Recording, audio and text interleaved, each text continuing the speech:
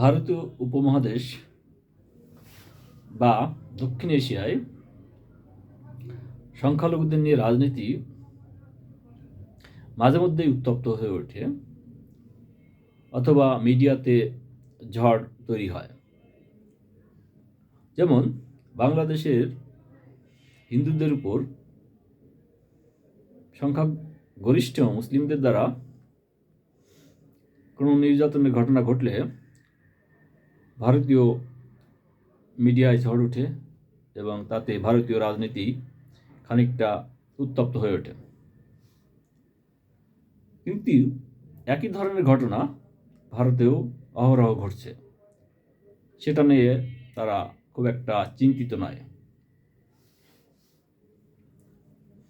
তাই এই সমস্যা সমাধানের জন্য দক্ষিণ এশিয়ায় যে আন্তঃরাষ্ট্রীয় সংস্থা আছে তথা সার্ক বা south Asian association for regional cooperation, সংক্ষেপে সার্ক আছে, তার অধীনে একটা কমিশন গঠন করা যেতে পারে।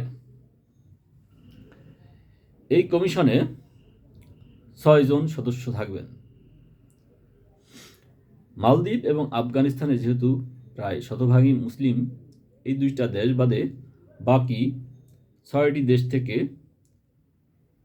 সংখ্যালঘুদের 6 জন প্রতিনিধি নিয়ে এই কমিশন গঠিত হবে। ভুটান এবং বাংলাদেশ থেকে একজন করে হিন্দু, ভারত এবং শ্রীলঙ্কা থেকে একজন করে মুসলিম, অর্থাৎ ভারত থেকে একজন মুসলিম, শ্রীলঙ্কা থেকে একজন মুসলিম, বাংলাদেশ থেকে একজন হিন্দু, ভুটান থেকে একজন হিন্দু, পাকিস্তান থেকে একজন খ্রিস্টান, নেপাল থেকে একজন বৌদ্ধ, এই 6 দেশ থেকে মোট 6 জনকে নিয়ে একটা কমিশন গঠিত হবে। এই কমিশনের কাজ হবে সার্কের অধীনে থাকা দেশগুলোতে সংখ্যাগরিষ্ঠ ধর্মাবলম্বীদের দ্বারা সংখ্যালঘুদের উপর ধর্মীয় কারণে নির্যাতনের বিষয়গুলোর উপর পর্যবেক্ষণ করা। যেমন ফৌজদারি অপরাধ সংঘটিত দেশের আইন অনুযায়ী সেই দেশে বিচার প্রক্রিয়া চলতেছে কিনা, বিচার প্রক্রিয়ার গতি এবং বিচার প্রক্রিয়া শেষ হওয়ার পরে সাজা কার্যকর করা হচ্ছে কিনা। এই সংস্থাটি প্রতি বছর পরিসংখ্যান তৈরি করবে কোনো দেশে সংখ্যাগুরু নির্যাতন বাড়তেছে বা কোন দেশে সংখ্যালঘু নির্যাতন কমতেছে কিনা, তার একটা পরিসংখ্যান তৈরি করে দক্ষিণ এশিয়ার মানুষ তথা সারা দুনিয়ার মানুষের সামনে উপস্থাপন করবে।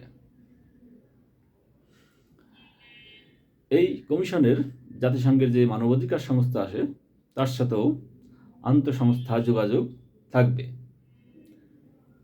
যাতে এটা বড় পরিসরে কোনো দেশ এর মানবাধিকার অবস্থা উপস্থাপন করা যায়।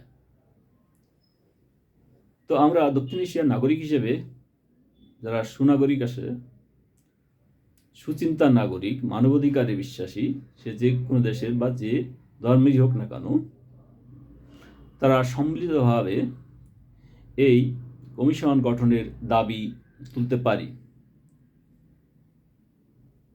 জনসংখ্যা হিসেবে ভারত বড় দেশ হিসাবে এই দেশের নাগরিকদেরই এই দাবি তোলার আহ্বান জানাচ্ছি। এতে প্রত্যেকটা দেশই চাপে থাকবে, অর্থাৎ সার্কের প্রত্যেকটা দেশই মানবাধিকার রক্ষায়, মানবিক মর্যাদা রক্ষায় আন্তর্জাতিক প্রতিষ্ঠানের পর্যবেক্ষণের কারণে সবসময় চাপে থাকবে। এতে দক্ষিণ এশিয়ার রাষ্ট্রগুলোর মধ্যে রাজনৈতিক উত্তাপ খানিকটা কমবে এবং সংখ্যালঘুরা মানবিক মর্যাদা নিয়ে বসবাস করতে পারবে এবং দক্ষিণ এশিয়ার দেশগুলোর সার্বিক উন্নতিতে তা প্রভাব পড়বে বলে আমি মনে করি। আসুন আমরা এই কমিশন গঠনের আন্দোলনে আজ থেকে নেমে পড়ি।